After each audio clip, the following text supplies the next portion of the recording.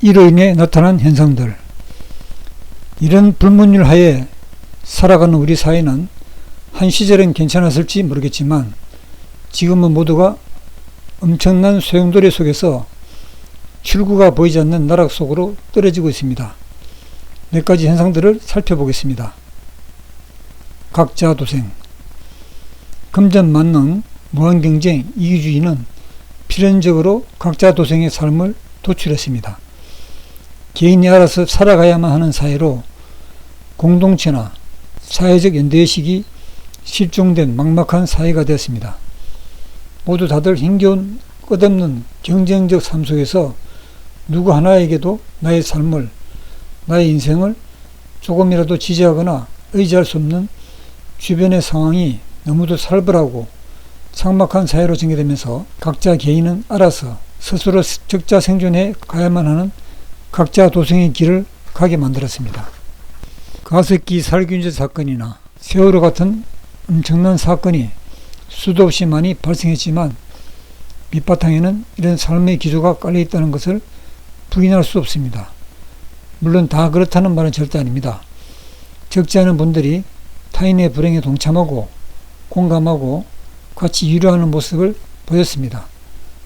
그러나 각자 도생의 삶의 큰 틀은 내가 안 당했으니 다행이다라는 안도감이 더 크게 작용한다는 의미입니다. 앞으로도 어떤 더 큰 사건 사고가 일어날지 모르지만 이대로 가는 사회에서는 갈수록 지금보다 더 냉혹해질 수밖에 없을 것입니다. 부의 양극화와 소득 불평등.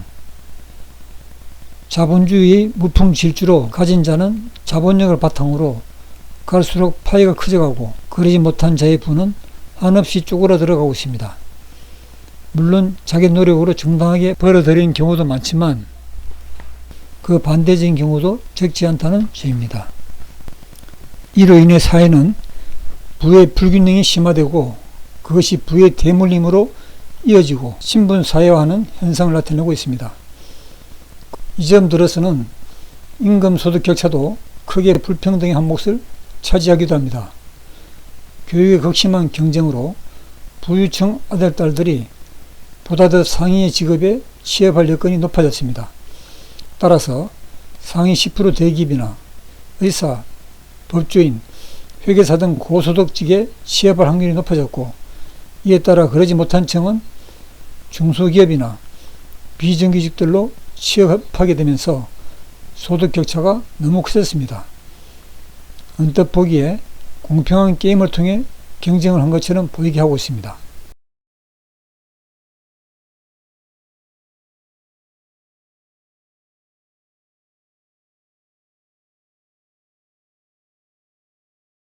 불공정 사회. 사회 곳곳이 불공정 투성입니다. 예전에 있었던 혈연, 지연, 학연이나 각종 백 등이 사라진 줄 알았는데 지금은 더 심각한 형태로 발전되고 있습니다.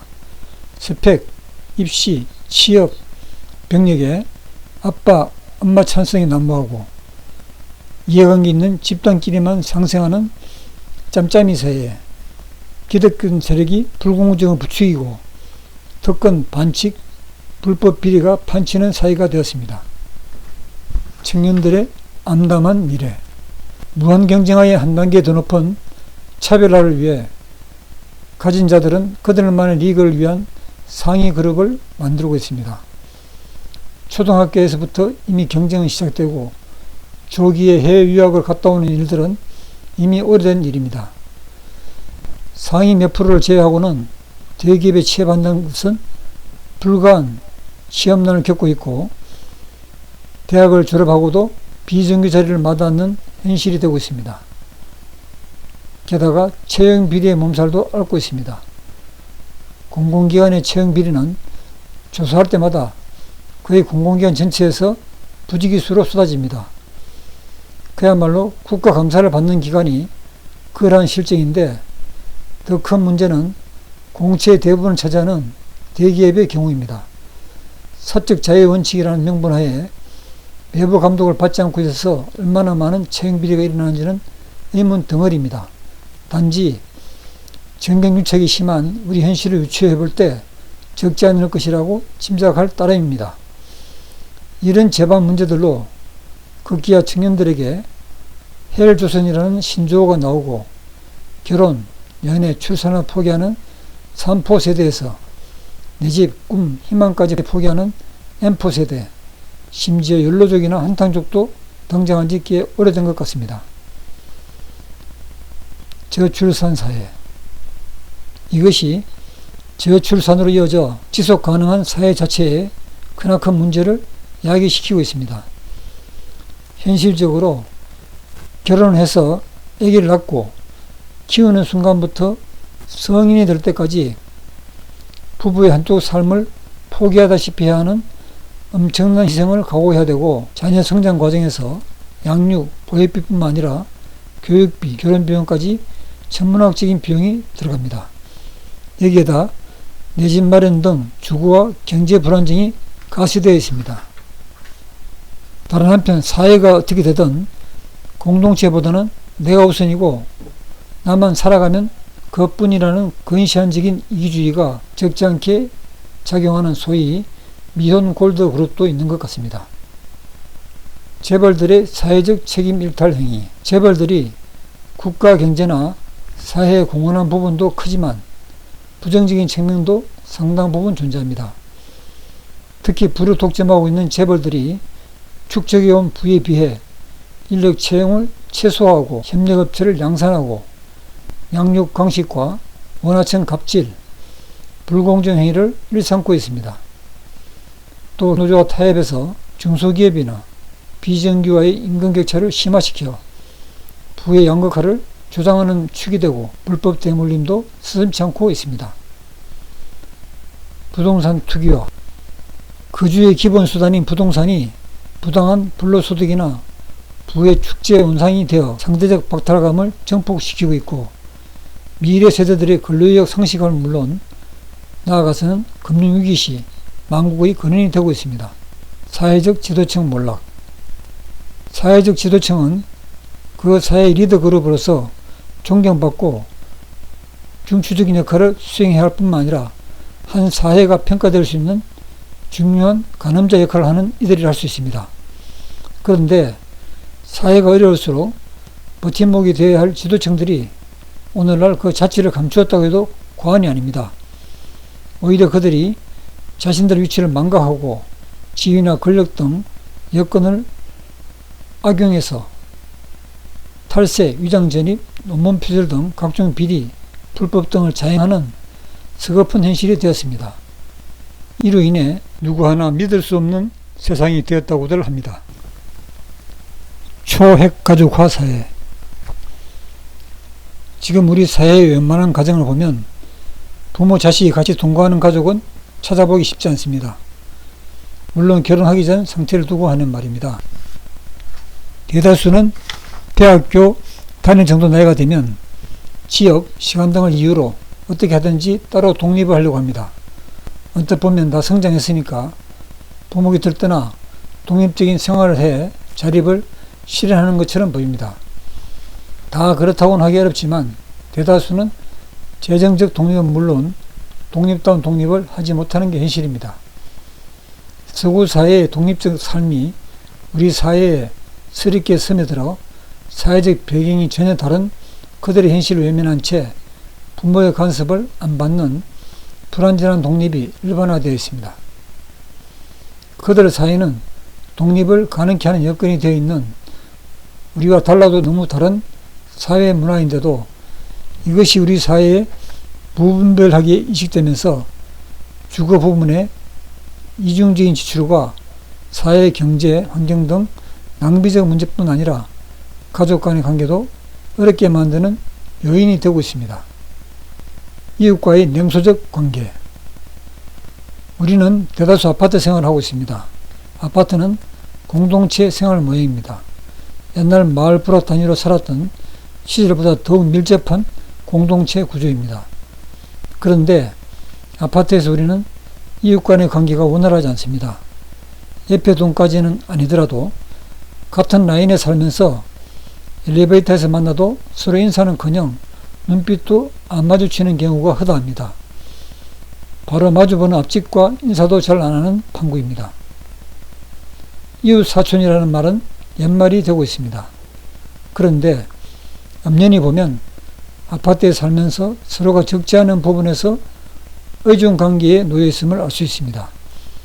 크게는 방범, 화재 발생 시 가장 먼저 달려와 줄 사람은 다름 아닌 바로 이웃입니다. 이 외에도 여러 가지로 의존관계에 놓여 있음에도 당장 눈앞에 이익이 있는 게 아니니 너는 너고 나는 나다라는 이기적인 관계 속에서 살고 있는 것입니다. 경청하지 않는 사회. 언제부터인지 모르겠지만 우리 사회는 불경청에 매우 익숙한 듯합니다. 개인들의 모임 장소에 가보면 극명하게 나타나는데 아주 특별히 잘 얘기되는 모임을 제외하고는 예외 없이 불경청의 모습을 보입니다. 3명 이상 모임의 경우를 보면 누가 얘기를 꺼내서 말하는 도중 잘하면 30초까지 가고 아니면 그 이전에 누가 끼어들어 자기 얘기를 시작합니다. 그러면 다른 사람이 또 그렇게 하고 그러다 보면 어느 순간에 모이면 끼리끼리 얘기들을 나누거나 자기 얘기만 늘어놓는 야단 법석 자리를 연출합니다. 왜 이런 사단이 벌어졌을까요?